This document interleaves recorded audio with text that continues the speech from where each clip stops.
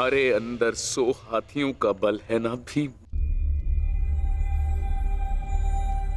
और मेरी भुजाओं में भी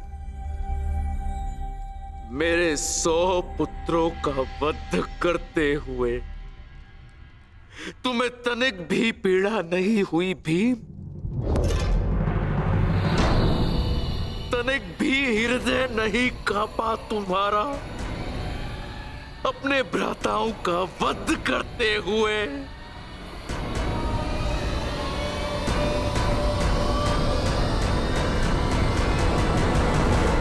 दुर्योधन, ये तुम्हारे लिए है पुत्र।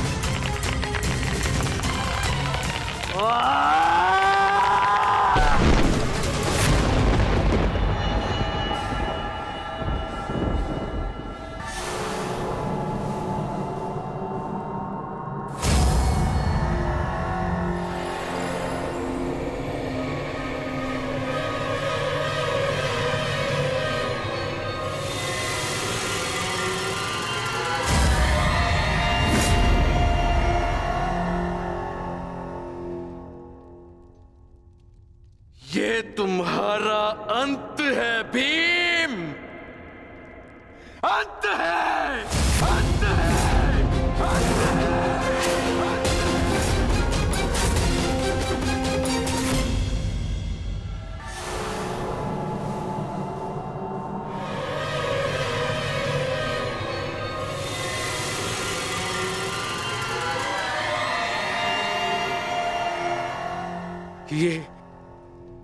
ये मैंने क्या कर दिया? मैं भी पुत्र हंता हो गया। ये मैंने क्या कर दिया देव? भ्राता पांडु, मुझे क्षमा कर देना भ्राता पांडु।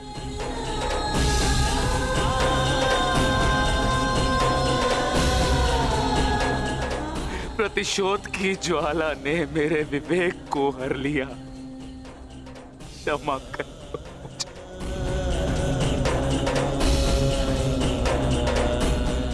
पुत्र भीम,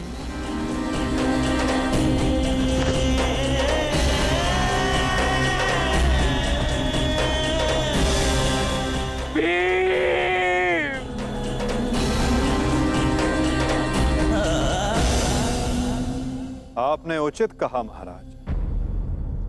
जब मनुष्य का विवेक हर जाता है तो उसके पांव स्वतः ही पाप की ओर बढ़ जाते हैं।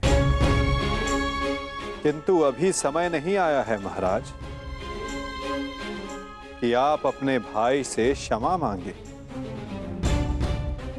आपके पुत्र विकोदर भीम अब भी जीवित हैं।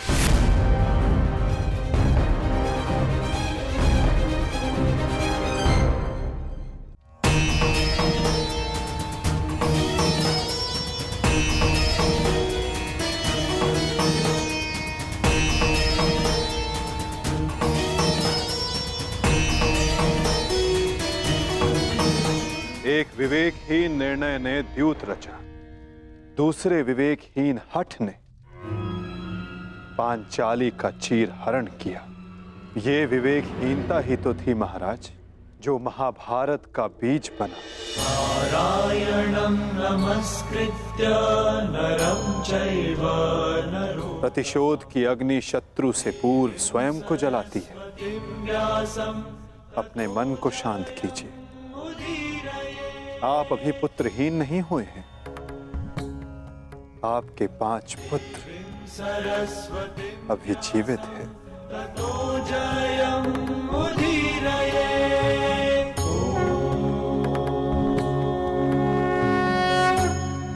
अपने मन की अग्नि को शांत कीजिए।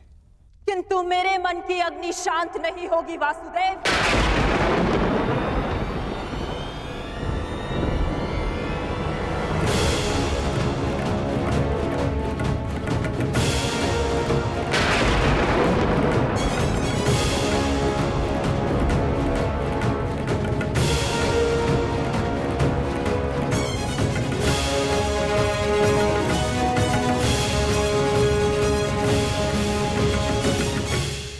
छल से मेरे सभी पुत्रों को मरवा डाला वासुदेव।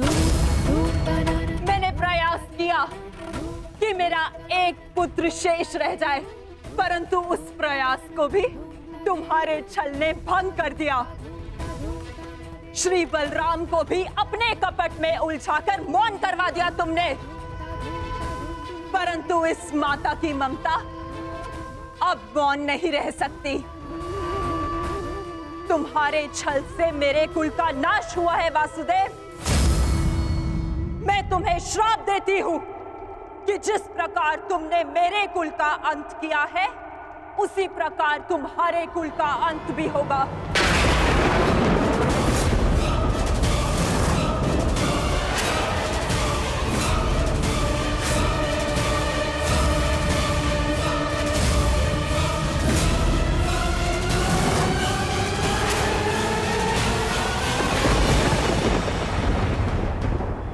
कि जिस प्रकार तुमने मेरे कुल का अंत किया है, उसी प्रकार तुम्हारे कुल का अंत भी होगा।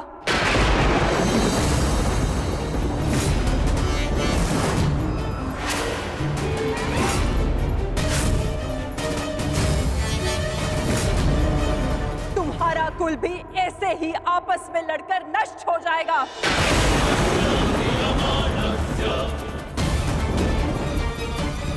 मैं भाग्यशाली हूँ कि मेरे नेत्रों पर पट्टी बंधी है और मैं ये सब नहीं देख पाई, परंतु तुम ये महाविनाश अवश्य देखोगे। तुम स्वयं अपने कुल के महाविनाश का प्रारंभ करोगे वासुदेव।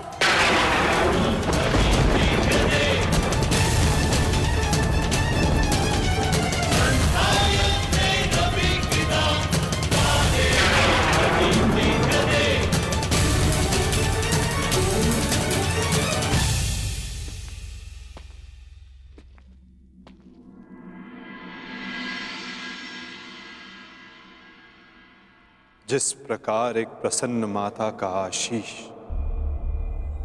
संसार में कोई नहीं रोक सकता, उसी प्रकार एक दुखद माता का श्राप संसार में कोई नहीं टाल सकता।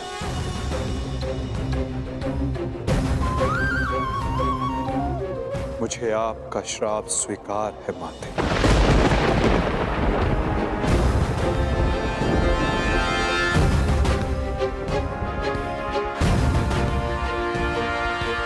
किंतु क्या आपको ज्ञात है कि इस युद्ध का सत्य क्या है? क्या आप जानती हैं कि इस महाविनाश, इस महायुद्ध का वास्तविक रूप क्या है? मेरे साथ चलिए माता, उस कुरुक्षेत्र की रणभूमि पर जो इस महाविध्वंस, इस महाभारत की साक्षी बनी है।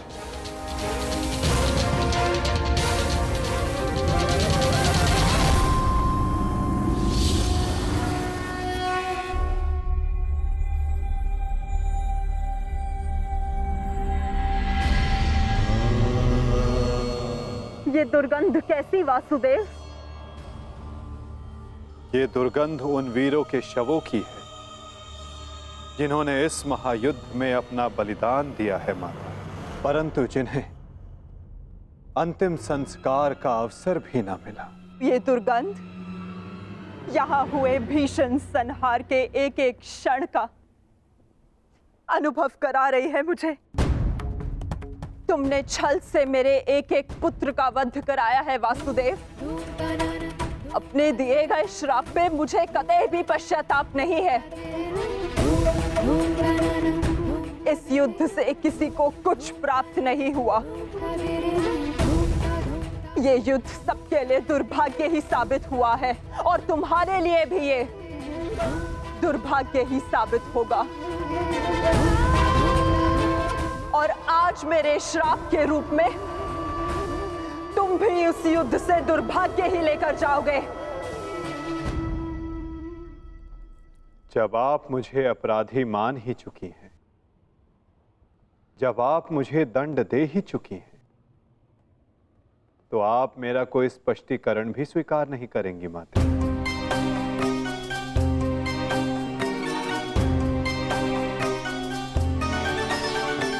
परंतु सत्य का भान आपके लिए आवश्यक है माता। जिनकी दृष्टि से इस महायुद्ध का कोई भी क्षण, कोई भी छल अनदेखा नहीं गया है माते। अब वीर बार्बरी आपको सत्य का भान करवाएंगे।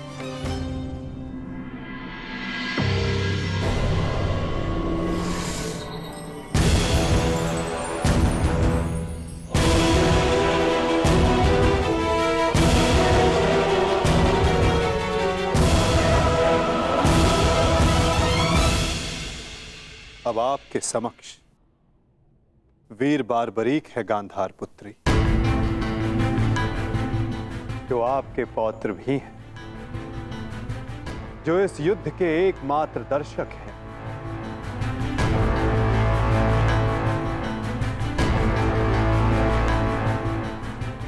वो बार्बरी जिन्होंने अपना शीश दान किया और अमर हो गए।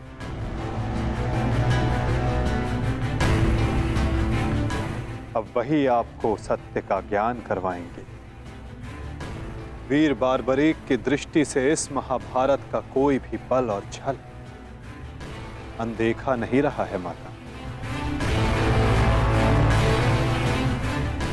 अब बार्बरीक आपको सत्य बताएंगे। पुत्र बार्बरीक, तुम स्वयं बताओ, क्या वासुदेव ने छल से मेरे पुत्रों का वध नहीं करवाया है? यदि तुमने इस युद्ध का एक एक क्षण निष्पक्ष होकर देखा है, तो बताओ, कौरव वंश के वट वृक्ष महामहिम भीष्म, जिन्हें इच्छा मृत्यु का वरदान था, क्या वासुदेव ने उन्हें अपने छल से धराशाही नहीं करवाया है? क्या वासुदेव ने द्रोण पुत्र अश्वत्थामा की मृत्यु का छल रचकर आचार्य द्रोण का वध नहीं करवाया है? क्या मेरे पुत्र दुर्योधन की रक्षा कर रहे उसके मित्र कर्ण को छल से नहीं मरवाया है वासुदेव ने? पुत्र दुर्योधन पर युद्ध के नियमों के विरुद्ध जाकर प्रहार किया गया, क्या वो वासुदेव का छल नहीं था? मेरे समस्त 100 पुत्रों के वध का कारण केवल वासुदेव है। क्या ये भी सत्य नहीं है बार्बरीक?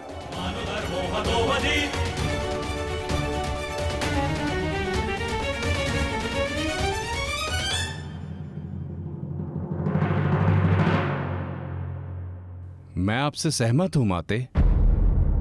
ये सब स्वयं वासुदेव ने करवाया।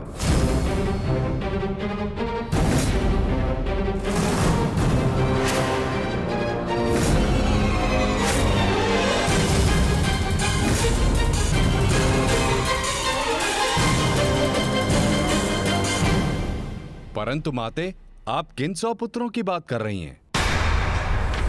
कौन भीष्म, कौन कर्ण, कौन द्रोण और कौन अभिमन्यु? सत्य तो यह है माते कि कुरुक्षेत्र में कोई था तो केवल एक पुरुष, वासुदेव कृष्ण। न कोई भीष्म, न कोई द्रोण और न ही अंगराज कर्ण। जिस पर प्रहार हुए वो वासुदेव ही थे, और जिसने प्रहार किए वो भी वासुदेव ही थे। उनके अतिरिक्त कुरुक्षेत्र में कोई और उपस्थित नहीं था माते। ये तुम क्या कह रहे हो बार्बरीक? इसका क्या अर्थ है? इसका अर्थ शब्दों से नहीं, दृश्यों से समझ आएगा राजमाता।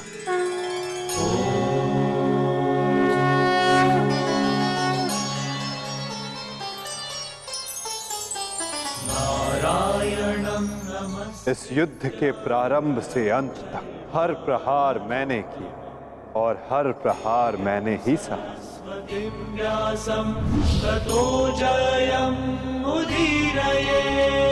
देवीं सरस्वती। धर्म स्थापना के लिए धनुष, गदा, खड़ग ये सब मैंने ही उठाए और इन सारे अस्त्रों का हर एक प्रहार मैंने ही सहा।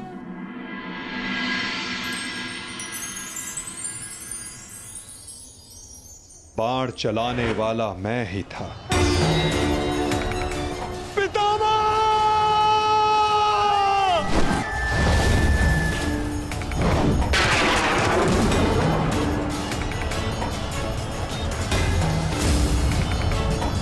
और उस बाण को अपने शरीर पर लेने वाला भी मैं ही था।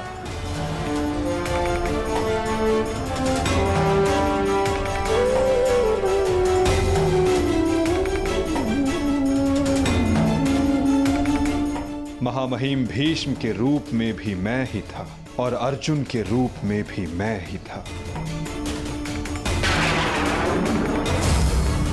और सरशैया पर लेटने वाला भी मैं ही था। अभिमन्यु बनकर चक्रव्यूह मैंने ही तोड़ा।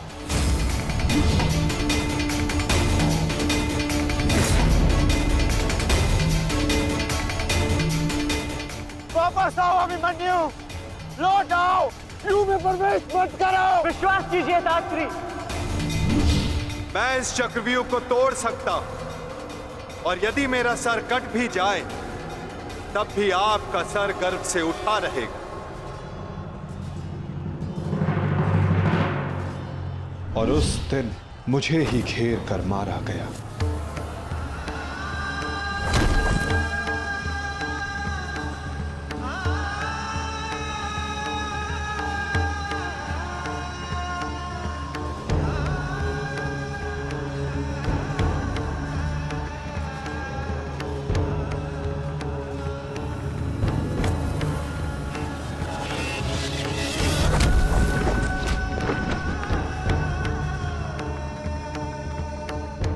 वो मैं ही था जिसने द्रोणाचार्य से कहा कि अश्वत्थामा मारा गया। आपने बिल्कुल सही सुना आचार्य द्रोण। अश्वत्थामा मारा गया। द्रोणाचार्य के रूप में अस्त्र त्यागने वाला भी मैं ही था।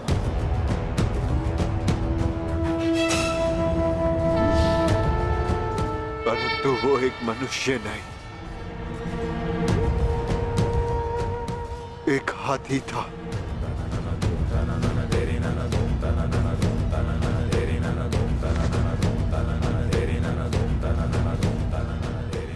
अश्वत्थामा!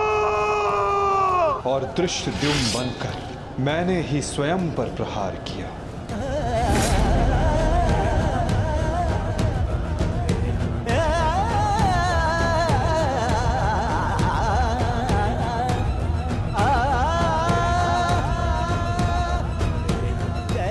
और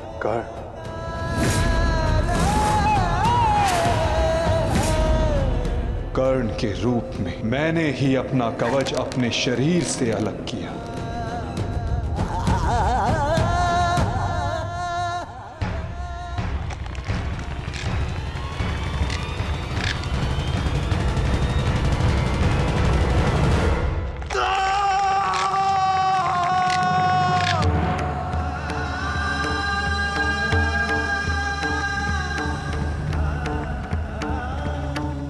और युद्ध के मध्य में मेरे ही रथ का चक्र धंसा और मेरे ही आदेश पर मैंने ही स्वयं पर अंजलि का अस्त्र चलाया। अंगराज को मुक्त करो पार्थ, अंजलि का अस्त्र का प्रयोग करो।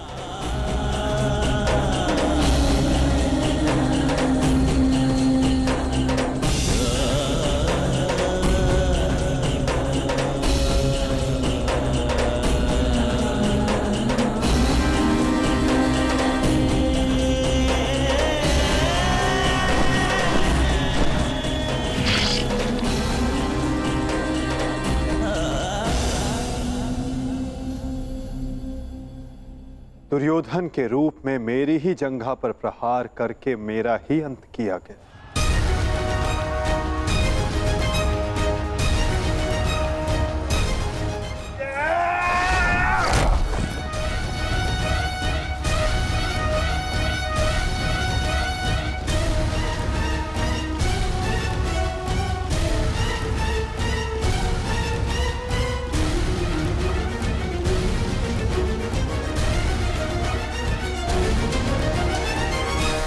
द्रुपद हो या धृष्टद्युम्न, विकोदर भीम हो या अर्जुन, सब में मैं ही था।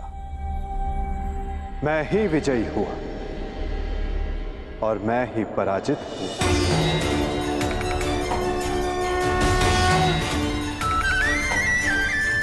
सबसे अधिक प्रहार मैंने की,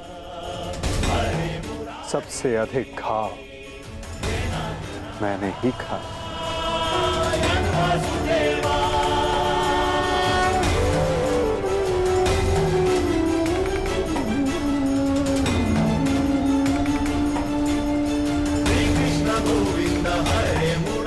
अठारह दिनों के इस महासंहार, हर बार मृत्यु मेरी ही हुई। गिरता था जो घायल होकर रणभूमि में, वो मैं ही था। अश्वत्थामा के अंगों से रक्त पीप श्वेत बनकर मैं ही युग युगांतर तक भटकूंगा। जीवन मैं तो मृत्यु भी मैं ही।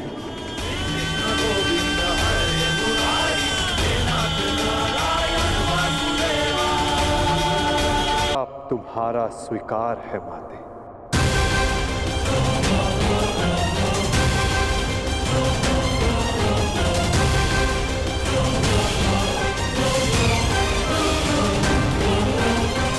परंतु जब सब आपने किया तो ये माया क्यों मेरे वासुदेव? आप सब एक क्षण में ठीक कर सकते थे, तो फिर ऐसा आपने क्यों नहीं किया? फिर उन प्रतिज्ञाओं का क्या होता माते, जो सबने ली थी? उन अपराधों के दंड का क्या होता, जो सबने किया? उन कष्टों का पुरस्कार क्या होता, जो धर्म ने सहे? उस सीख का क्या होता, जो इस युद्ध में हुए हर मृत्यु से मानव जाति को मिले और जो संसार में प्रलय आने तक उनका मार्गदर्शन करेगी?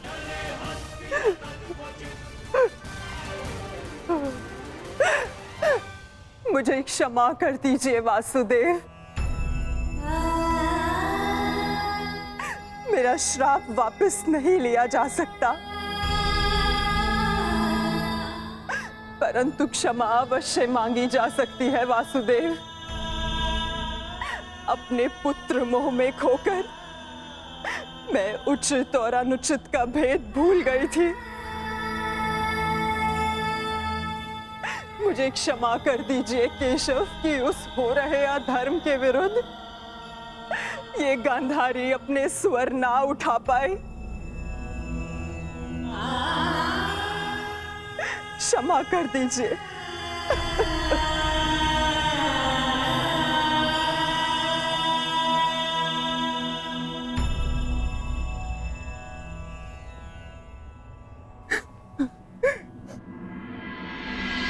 नहीं माते, किसी का अंत किसी के श्राप से नहीं होता। यदि किसी का अंत होता है तो स्वयं के पापों से। यदि यदुवंश का अंत होगा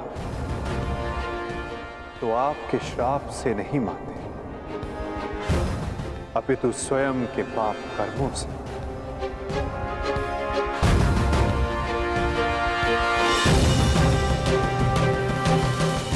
जब जब समाज में अपराध बढ़ेगा, एक महाभारत सामने आएगी। अपने ही अपनों को काटेंगे, कभी कुरुक्षेत्र में, तो कभी द्वारका में।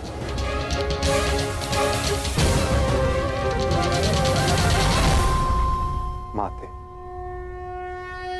यदि आप कुछ करना चाहती हैं तो अपने मन के इस प्रतिशोध की अग्नि को शांत कीजिए और पांडवों को आशीष दीजिए।